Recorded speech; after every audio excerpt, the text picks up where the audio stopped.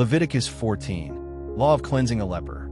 Then the Lord spoke to Moses, saying, This shall be the law of the leper on the day of his ceremonial cleansing. He shall be brought to the priest at a meeting place outside the camp. The priest shall go out of the camp to meet him, and the priest shall examine him. And if the leper has been healed of the infection of leprosy, then the priest shall give orders to take 2 live clean birds and cedar wood and scarlet string and hyssop for the one to be cleansed. Next the priest shall order that one of the birds be killed as a sacrifice in an earthenware container over fresh running water. As for the live bird, he shall take it together with the cedar wood and the scarlet string and the hyssop, and shall dip them and the live bird in the blood of the bird sacrificed over the running water. He shall sprinkle the blood 7 times on the one to be cleansed from the leprosy, and shall pronounce him ceremonially clean. Then he shall let the live bird go free over the open field. The one to be cleansed shall wash his clothes, shave off all his hair, and bathe in water, and he shall be clean. After that he may come into the camp, but he shall stay outside of his tent for 7 days. On the 7th day he shall shave off all his hair. He shall shave his head and his beard and his eyebrows, even all his hair on his body. Then he shall wash his clothes and bathe his body in water and be clean. Now on the 8th day he shall take 2 male lambs without blemish, and a yearling ewe lamb without blemish, and 3/10 of an ephah of fine flour mixed with olive oil as a grain offering, and 1 log, about a pint, of oil. And the priest who cleanses him shall present the man to be cleansed and his offerings before the Lord at the doorway of the tent of meeting. Then the priest shall take one of the male lambs and offer it as a guilt offering with a log of oil, and present them as a wave offering before the Lord. He shall kill the male lamb in the place where they kill the sin offering and the burnt offering in the sacred place, the courtyard of the tabernacle. For the guilt offering, like the sin offering, belongs to the priest. It is most holy. The priest shall take some of the blood of the guilt offering and put it on the lobe of the right ear of the one to be cleansed, and on the thumb of his right hand, and on the big toe of his right foot. The priest shall also take some of the log of oil and pour it into the palm of his own left hand.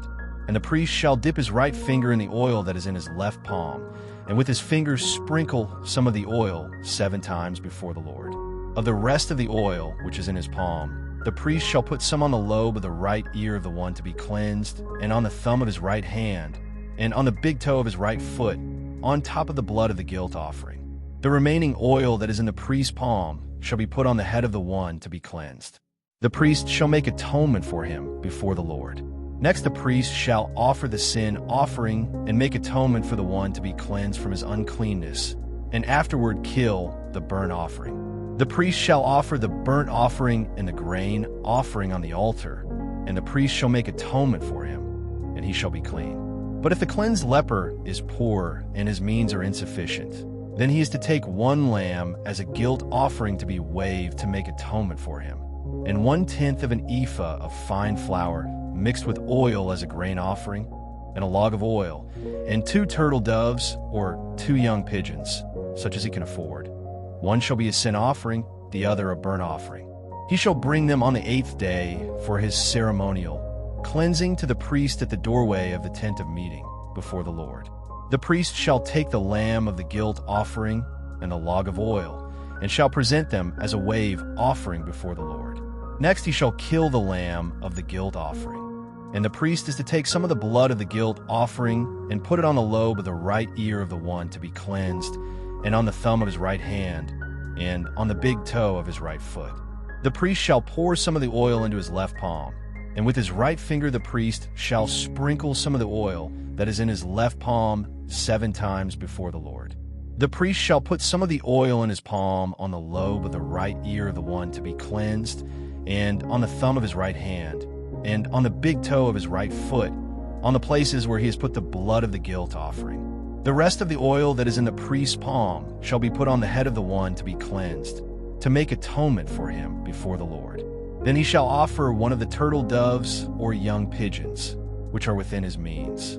He shall offer what he can afford, one as a sin offering and the other as a burnt offering together with the grain offering. The priest shall make atonement before the Lord on behalf of the one to be cleansed. This is the law for the one in whom there is an infection of leprosy, whose means are limited for his ceremonial cleansing. Cleansing an infected house. The Lord further spoke to Moses and Aaron, saying, "When you come into the land of Canaan, which I am giving you as a possession, and I put a mark of leprosy on a house in your land, then the one who owns the house shall come and tell the priest, 'I have seen something that looks like a mark of leprosy in my house.' The priest shall order that they empty the house before he goes in to examine the mark, so that everything in the house will not have to be declared unclean. Afterward he shall go in to see the house. He shall examine the mark, and if the mark on the walls of the house has greenish or reddish depressions and appears deeper than the surface, the priest shall go out of the house to the doorway and quarantine the house for 7 days. The priest shall return on the 7th day and look, and if the mark is spread on the walls of the house, he shall order them to tear out the contaminated stones and throw them into an unclean place outside the city. He shall have the entire inside area of the house scraped, and the plaster that is scraped off shall be dumped in an unclean place outside the city. Then they shall take new stones and replace the contaminated stones, and he shall take plaster and replaster the house. If, however, the mark breaks out again in the house after he has removed the stones and has scraped and replastered the house, then the priest shall come and look again, and if the mark has spread in the house, is a malignant leprosy in the house, it is ceremonially unclean. He shall tear down the house, its stones and its timber, and all the plaster of the house, and shall take everything outside the city to an unclean place. Moreover, whoever goes into the house during the time that is quarantined becomes unclean until evening. And whoever lies down in the house to rest shall wash his clothes, and whoever eats in the house shall wash his clothes. But if the priest comes in and inspects it, and the mark has not spread in the house after the house has been replastered, he shall pronounce the house clean, because the mark has not reappeared. To cleanse the house, then, he shall take 2 birds and cedar wood and scarlet string and hyssop, and he shall kill one of the birds in an earthenware container over running water. And he shall take the cedar wood and the hyssop and the scarlet string and the living bird, and dip them in the blood of the slain bird as well as in the running water, and sprinkle the house 7 times. So he shall cleanse the house with the blood of the bird and with the running water, along with the live bird and the cedar wood and the hyssop and the scarlet string. But he shall let the live bird go free outside the city into the open field. So he shall make atonement for the house, and it will be clean. This is the law for any mark of leprosy, even for a scale, and for the leprous garment or house, and for a swelling, and for a scab, and for a bright spot on the skin, to teach when they are unclean and when they are clean. This is the law of leprosy in regard to both persons and property.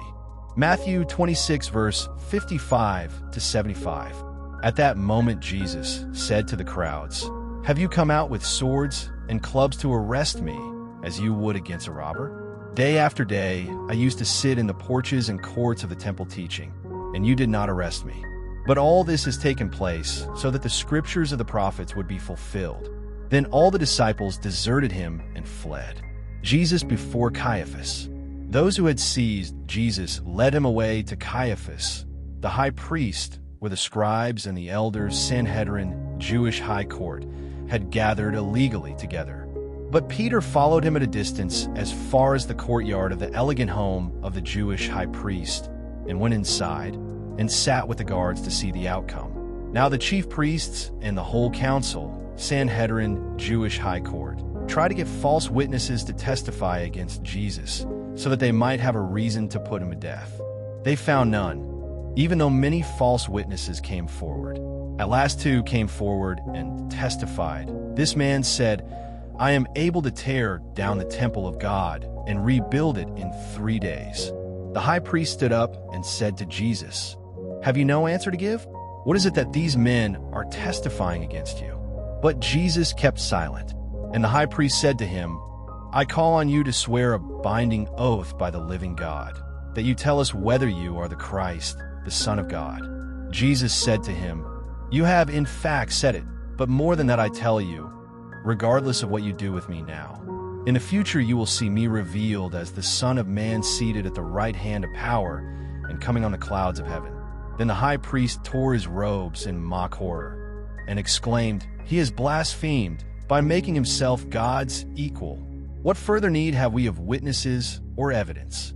See, you have now heard the blasphemy. What do you think?" They answered, "He deserves to be put to death." Then they spat in his face and struck him with their fists. And some slapped him, saying, "Prophesy to us, you Christ, Messiah, anointed. Who was it that struck you?" Peter's denials. Now Peter was sitting outside in the courtyard, and a servant girl came up to him and said, "You too were with Jesus, the Galilean." But he denied it before them all, saying, "I do not know what you are talking about." And when he had gone out to the gateway, another servant girl saw him, and she said to the bystanders, "This man was with Jesus, the Nazarene." And again he denied it with an oath, "I do not know the man." After a little while the bystanders came up and said to Peter, "Surely you are one of them too, for even your Galilean accent gives you away." Then he began to curse, that is, to invoke God's judgment on himself, and swear an oath, "I do not know the man." And at that moment a rooster crowed. And Peter remembered the prophetic words of Jesus when he had said, "Before a rooster crows, you will deny me 3 times." And he went outside and wept bitterly in repentance. Thanks for joining us for today's reading. May God bless you richly in all you endeavors in Jesus' name.